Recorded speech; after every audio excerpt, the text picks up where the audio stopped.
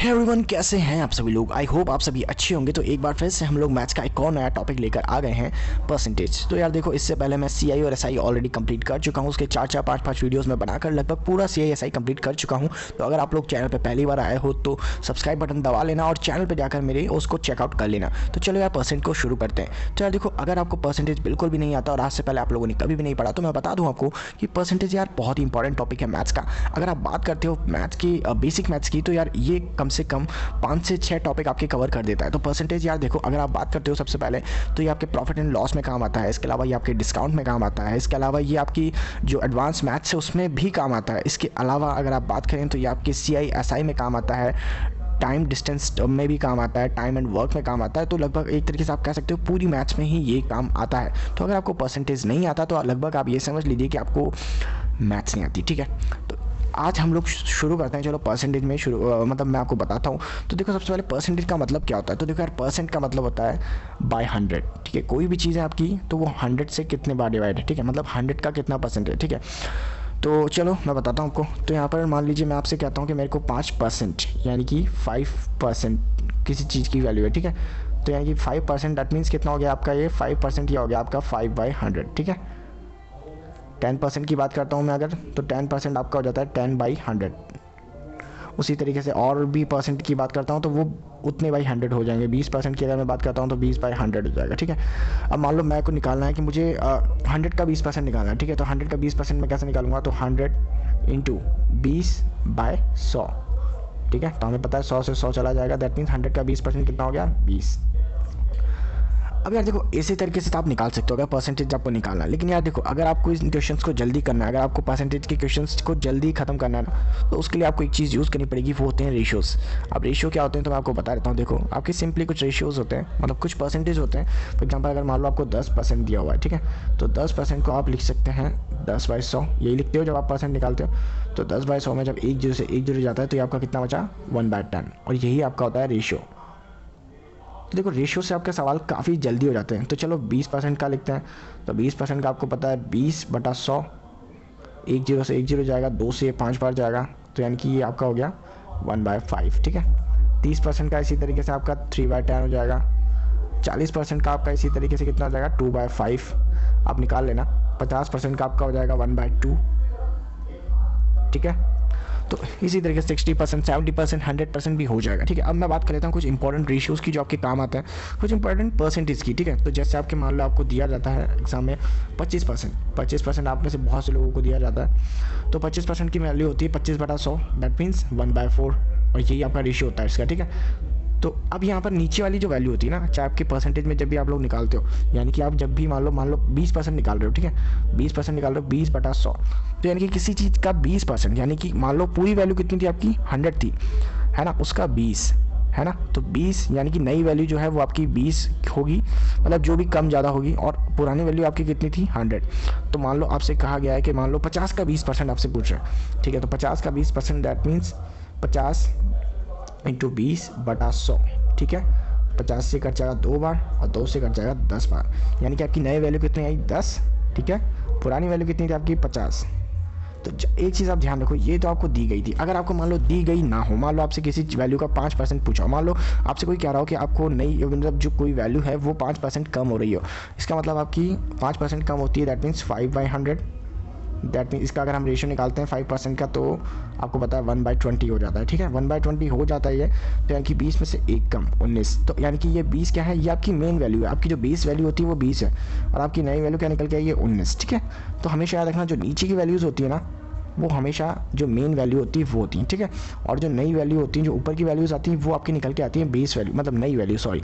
तो अब मैं आपको बता रहा था कुछ इंपॉर्टेंट जो आपके परसेंटेज काम में आते हैं एग्जाम में, लेकिन आपको पता नहीं होता। ठीक है, तो अब उनमें से एक हो गया, देखो आपका एक तो मैंने आपको बता दिया 25% होता है आपका, एक होता है आपका 9 सही 1/11%। अब ये भी परसेंटेज होता है। ठीक है ना, ये आपने देखा होगा बहुत सी जगह। और इसका आपको रेशियो क्या पता होता है, इसका आपको रेशियो निकलता है वो होता है 1/11। अब बहुत सारे लोग सोचेंगे कैसे निकलता है। ठीक है, तो 9 से 1/11 को आप ऐसे लिखते हैं। ठीक है, एक्चुअल में ऐसे लिखा जाता है इसको, 9 से 1/11, तो 9 + 1/11 इसको जब आप ऐड करते हैं तो 11 नाम 99 और प्लस 1 यानी कि 100/11, ठीक है। अब आपको इसका अगर परसेंटेज सॉरी कचरा हो गया, तो 100/11। अब आपको इसका जब परसेंट निकालना है यानी कि परसेंट, तो आपको यहाँ पर डिवाइड में 100 करना पड़ेगा, ठीक है।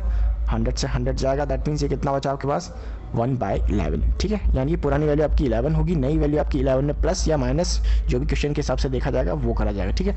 उसी तरीके से एक वैल्यू होती है आपकी 11 से ही 1/9, ठीक है। इसको भी इसी तरीके से सॉल्व करते हैं तो इसका जो होता है 1/9 निकल के आता है। 9 यानी कि बेस वैल्यू, और 1 प्लस माइनस होकर जो भी वैल्यू निकल के आएगी वो आपकी न्यू वैल्यू होगी, ठीक है। तो इस तरीके से एक रेशियो ये हो गया आपका। इसके अलावा आपके कुछ रेशियोज़ होते हैं 37 सही 1/2, 37 से 1/2 परसेंटेज, जो कि आपका निकल के आ जाता है कितना 3/8, ये इसका रेशियो निकल के आता है। अब कैसे निकल के आता है तो आप लोग सॉल्व करें।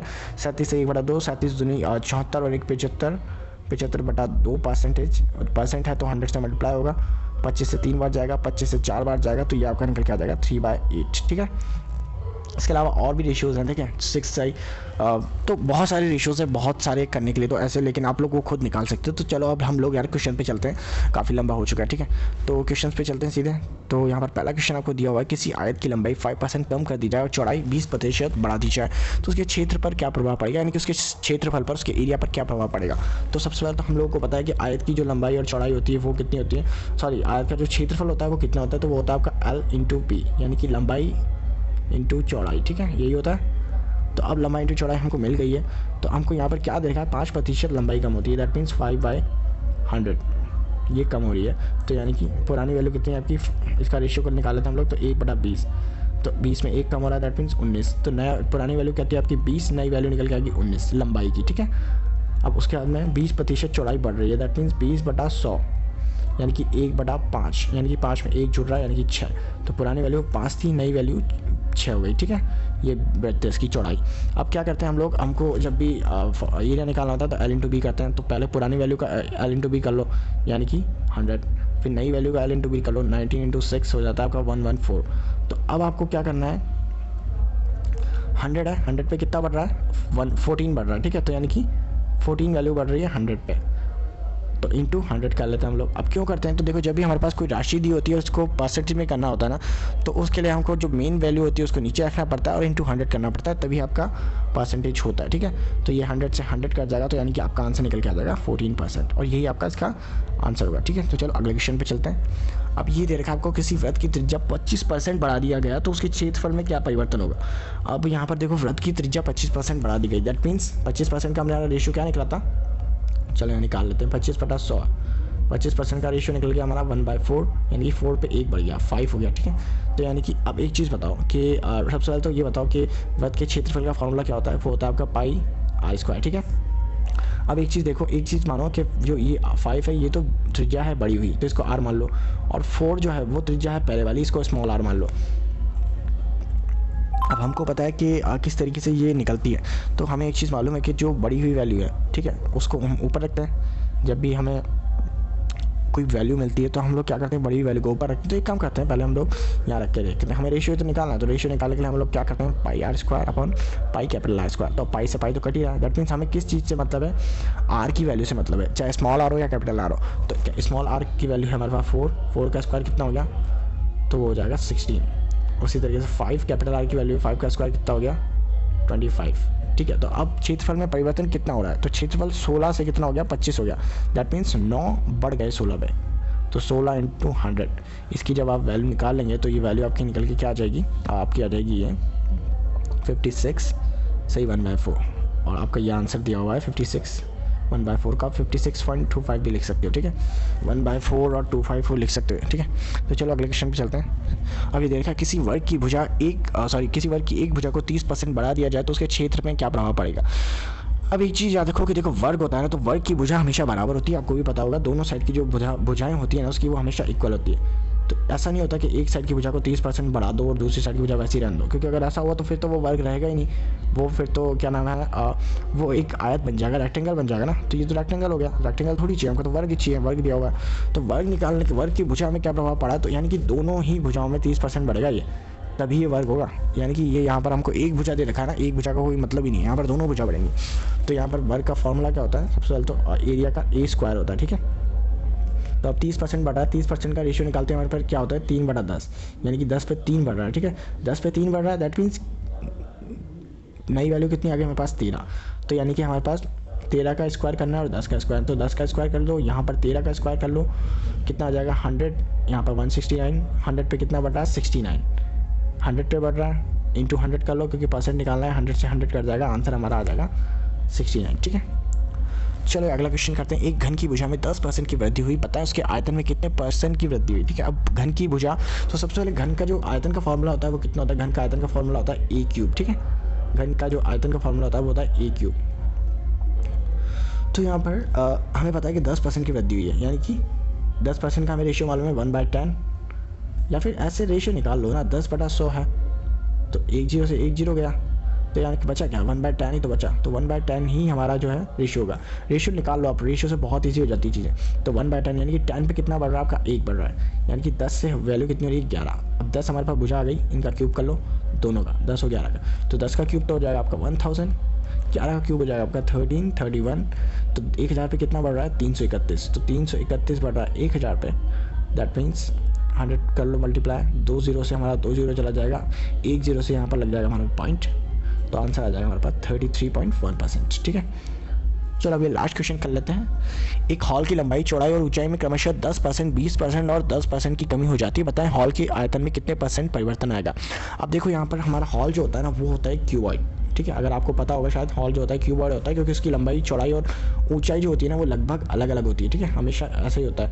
तो ये हमारा हो गया हॉल। ठीक है, तो क्यूबॉइड का जो फॉर्मूला होता है, यानी कि घनाभ, सॉरी हिंदी मीडियम के लिए घनाभ होता है, तो LBH ये होता है फॉर्मूला क्यूबॉइड के क्यूब का। ठीक है, तो सॉरी क्यूबॉइड की जो आयतन का। ठीक है, तो यहाँ पर हमें पता है LBH होता है। अब यहाँ पर हमको क्या दे रखा है कि 10%, 20% और 10% की कमी हो रही है, यानी कि 10% का अगर हम लोग रेशियो निकाल लें तो 10% का हो जाता है आपका 1/10, 20% का आप लोग निकालें तो 1/5 और 10% का एक बार फिर से तो 1/10। ठीक है, तो 10 में कितने कम हो रहा है 9, 1 कम हो रहा है, तो यानी कि 9, नई वैल्यू 9, 5 में कितना कम हो रहा है 1 कम हो रहा है, दैट मीन्स नई वैल्यू 4, 10 में कितना कम हो रहा है 1, यानी कि नई वैल्यू 9, पुरानी वैल्यू लिख लो नीचे 10, 5, 10। अब क्या करना है हमें, क्यूब दोनों का आयतन निकाल लेंगे, नीचे वाली नई पुरानी वैल्यू का और नई वैल्यू का दोनों को आयतन निकाल लेंगे और कंपेयर करेंगे, तो इनको मल्टीप्लाई कर लो। तो जैसे हम इनको मल्टीप्लाई करते हैं 10 पंजे 50 और 50 ढाई 500, उससे से ऊपर वाली वैल्यूज़ को भी मल्टीप्लाई कर लो। मल्टीप्लाई करते हैं 9 9 81 और 81 चौके, तो 8 चौके 32, तो 324 ही आ गया, 324। अब यहाँ पर कितने का डिफरेंस आ रहा है, एक चीज़ देखो यहाँ पर कि यहाँ पर ये होता है 324 नई वैल्यू है, 500 पुरानी वैल्यू है, तो हॉल के आयतन में कितने परसेंट का परिवर्तन है। इन दोनों का डिफरेंस कितना है, तो इन दोनों का डिफरेंस है आपका 10 में से 4 गया 6 और 9 में से 2 गया 7 और 176, डिफरेंस कितने पे 500 पे, इंटू 100 कर देंगे, 2 0 से 2 0 चला जाएगा, 5 से ये कटेगा, 5 थी अब 15 और 2 इधर जाएंगे, 5 पंजे 25 और 5 दूनी 10, तो यानी कि आपका आंसर कितना आ जाएगा 35.2%, और यही आपका आंसर होगा इसका। ठीक है, तो बस आज की वीडियो में इतना ही। अगर आपको वीडियो पसंद आया तो लाइक करना, चैनल पर नए हो तो सब्सक्राइब करना। मिलते हैं आपसे अगली वीडियो में, तब तक के लिए बाय बाय।